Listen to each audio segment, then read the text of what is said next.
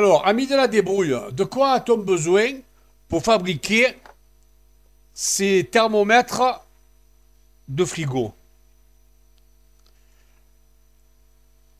Tout d'abord, il vous faut un thermomètre à double sonde. Double sonde, que voici.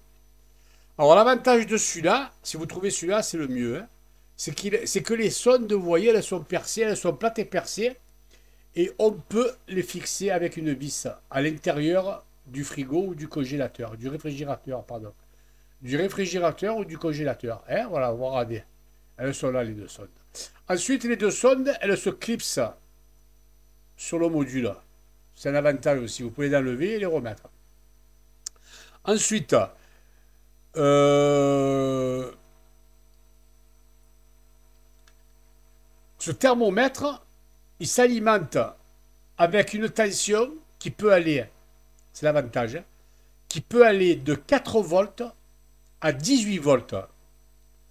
C'est-à-dire, si vous trouvez éventuellement une alimentation qui fait 6 volts, eh bien ça marchera. 7 volts, ça marche. 8, jusqu'à 18 volts. C'est ça, c'est pour ça que je vous conseille ce modèle. Vous avez des modèles qui vont fonctionner uniquement avec une alimentation, avec une tension bien spécifique, soit un 12 volts, soit un 5 volts, soit un 3 volts, peu importe. Et vous en avez aussi qui marchent à pile. Et ça, je vous le déconseille fortement. Vous prenez une qui fonctionne avec une alimentation universelle allant de 4 volts à 18 volts. C'est celle-ci.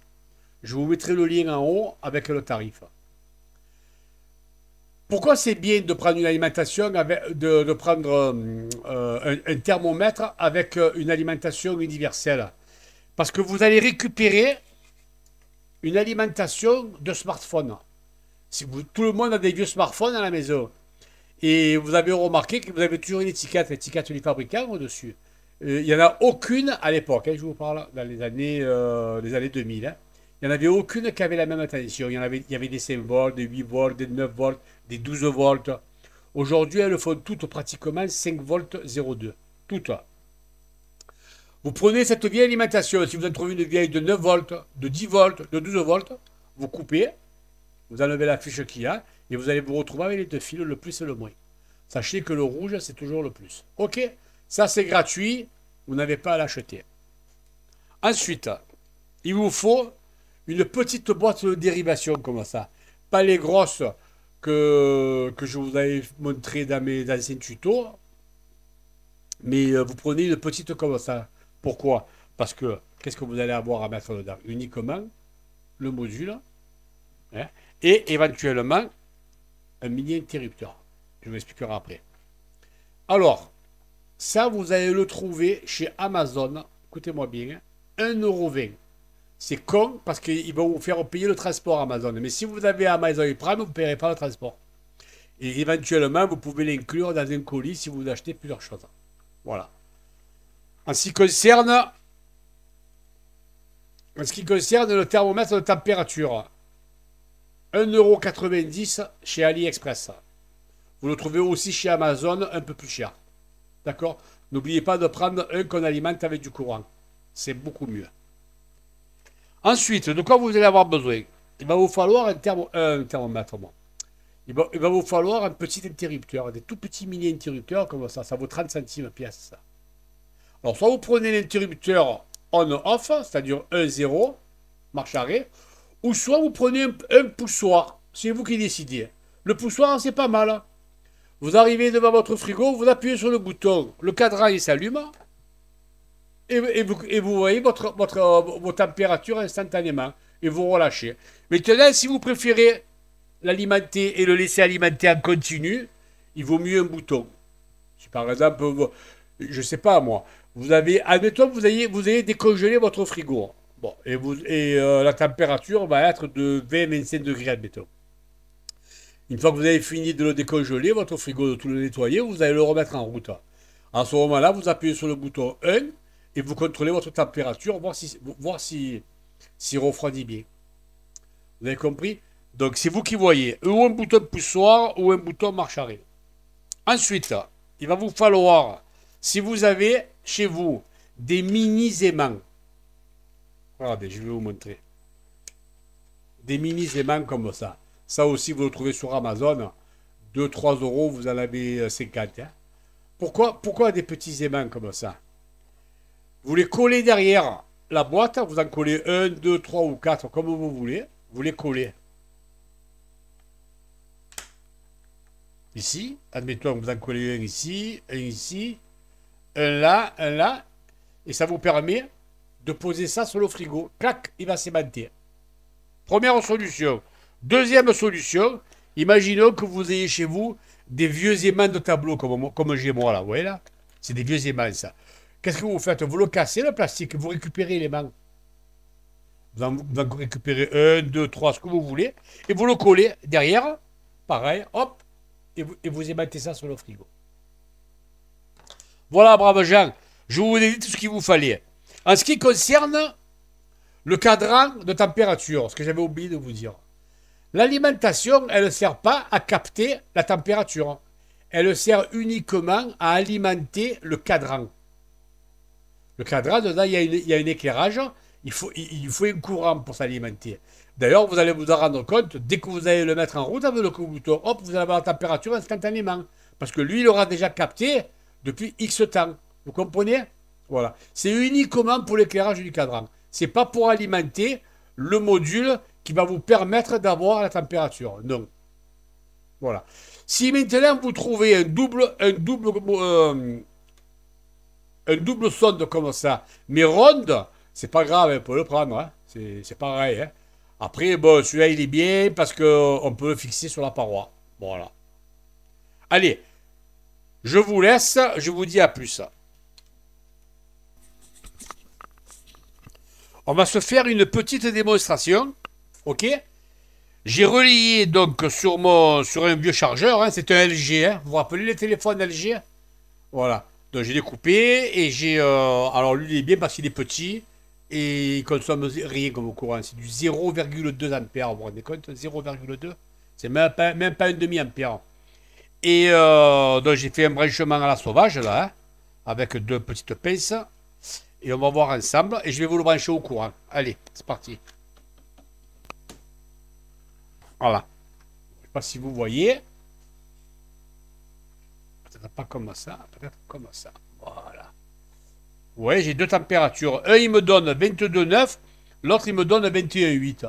Bon, vous allez me dire, les sondes sur l'extérieur, je devrais avoir la même température. Mais bon, vous savez qu'il y a toujours un pour faire chier. Hein. Voilà, je le chauffe avec les doigts. Il monte en température.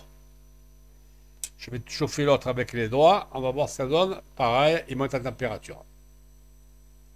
Voilà, démonstration terminée.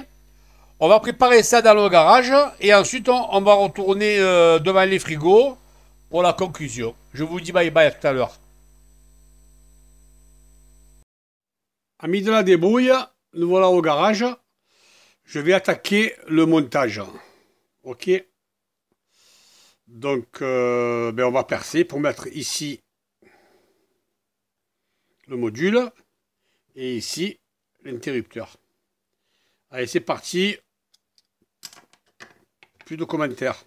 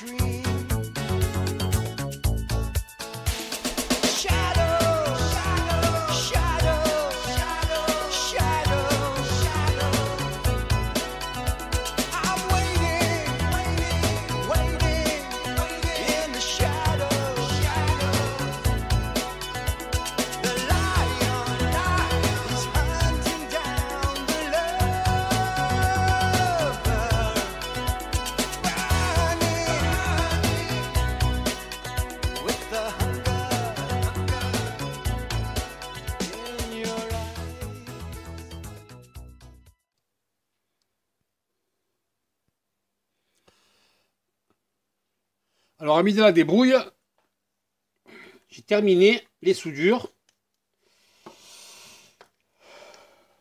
Tout le travail interne de la boîte est terminé, tout est raccordé. Ce qu'on va faire, on va fermer. Et ensuite, on va faire les essais avant de remonter là-haut.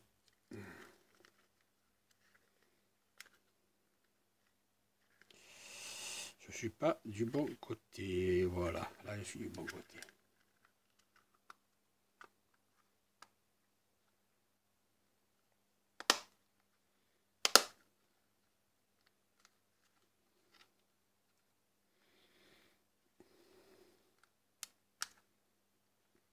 Voilà, donc on a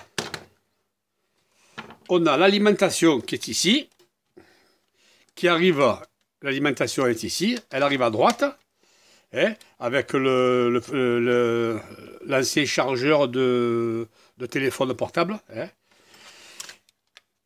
Ici, on a les deux sondes qui sortent. Bon, là, les fils sont là, mais après, on verra quand on sera devant les frigos et le congélateur, on verra ce qu'on fera. On va faire l'essai. Allez, on va le brancher au courant. Ok, alors normalement, les sondes, elles sont à la température ambiance. Hein. On va voir comment il fait. Et là, je vais alimenter le cadran. Allez, on y va. Voilà. Donc, il y en a un qui fait 16,4 et l'autre, il fait 15,6. Bon, mais il y a un écart. Je ne sais pas pourquoi, d'ailleurs. Si je les mets tous les deux côte à côte et que je mets la main dessus, je les chauffe. Voilà, ils ont quand même tous les deux un petit degré d'écart. Bon, quoique. Bon, non. Non, 19. Bon, c'est pas très important pour l'utilisation. Hein, c'est pas important. Mais bon. Voilà. Donc, on a un cadran qui est rouge et un cadran qui est bleu. Ça, c'est bien. Il faudrait que je m'habitue lequel sera le congélateur et lequel sera le frigo. On coupe ici quand on a fini. Et voilà. Donc, le travail, il est terminé. Je vais faire la mise en place maintenant. Mais avant de faire la mise en place, j'ai retrouvé ça dans mes merdes. C'est des aimants en barrette, vous savez. Alors, ces aimants, je les ai récupérés où? C'est des aimants de porte de douche à l'italienne. J'avais des portes aimantées que j'ai jetées, j'ai refait. Donc, j'ai récupéré les aimants. Alors, je vais découper les aimants en morceaux. Et je vais en coller ici, vous voyez, des petits morceaux. 1, 2, 3, 4, 5. Je vais les faire sécher, les serrer avec une pince. Et ensuite, on mettra tout ça en place. Allez, je vous dis à tout à l'heure. Partie, garage, terminé. On retourne à l'appartement. Alors, amis de la débrouille, donc on arrive à la fin de cette vidéo. Donc, j'ai à l'intérieur de ces placards que vous voyez là, ces portes coulissantes, j'ai un frigo, un congélateur et une machine à laver. Nous, ce qui nous intéresse, c'est le frigo et le congélateur. Alors, je vais ouvrir la porte du milieu.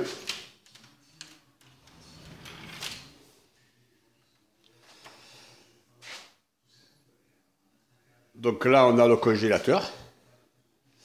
Et à gauche, on a le réfrigérateur. Donc notre appareil est ici. Je l'ai installé ici. Que je vous montre. Derrière, j'ai collé les aimants, comme je vous ai dit, les barrettes. Ça va très très bien et c'est gratuit. Et ça aimante très bien et ça n'abîme pas le frigo non plus. Ça n'abîme pas la peinture. D'accord? Ensuite, j'ai pris la sonde de gauche, je l'ai rentrée dans le frigo, et la sonde de droite, je l'ai rentrée par la porte du congélateur. Tous les deux, je les ai rentrés par le... Regardez. À travers les mains. C'est provisoire. Je compte faire mieux, et je compte aussi passer par la carrosserie. C'est à réfléchir. Et à droite, on a l'alimentation électrique. Hop, qui est branché derrière sur une prise de courant. Donc, je vais allumer l'appareil et on va constater ensemble les températures. Alors voilà, en haut, vous avez compris, le rouge c'est le congélateur. On a moins 20 degrés. C'est exactement la température que j'avais réglée à l'époque.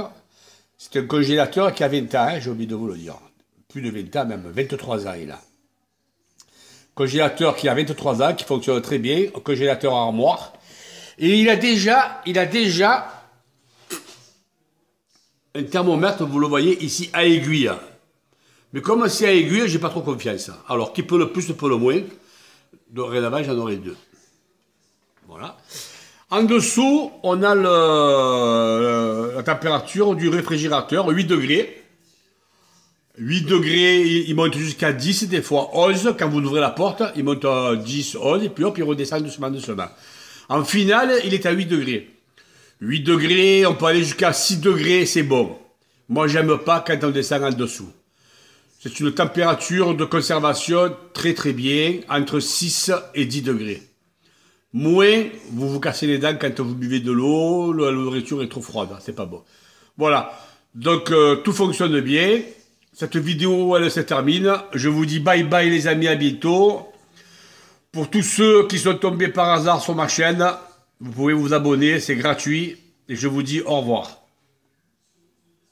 Ce que j'avais oublié de vous dire, mon système que j'ai fabriqué, je l'ai fabriqué, c'est vrai, parce que j'en avais l'utilité pour le réfrigérateur et le congélateur. Peut-être qu'un jour, je vais le déporter, c'est-à-dire je vais le démonter, je vais le mettre à l'extérieur des placards. Je vais voir, je vais y réfléchir. Pour l'instant, l'appareil est fabriqué. Ce que j'ai oublié de vous dire, c'est que cet appareil, il est valable aussi, vous pouvez vous en servir pour l'appartement. Par exemple, vous mettez une sonde dehors et une sonde dedans.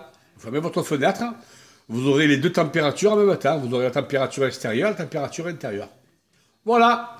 C'est pour ça que les fixations que vous voyez à gauche et à droite, je ne les ai pas coupées. J'aurais pu les couper là. Je ne les ai pas coupées, que si un jour je veux le mettre dans ma cuisine ou dans une pièce, je mettrai deux vis et je le collerai contre le mur. J'enverrai une sonde dehors. Hein, par exemple, je le fixerai à côté d'une fenêtre. Je mettrai une sonde à l'extérieur et une sonde à l'intérieur enroulée qui sortirait juste d'ici. Vous voyez, la sonde, je la ferai juste sortir d'ici. Et tout le reste, je le mets à l'intérieur du boîtier. Vous comprenez? Ça me fera un double thermomètre pour l'appartement. Voilà. Vous pouvez faire plein de choses. Allez, je vous dis au revoir, à bientôt.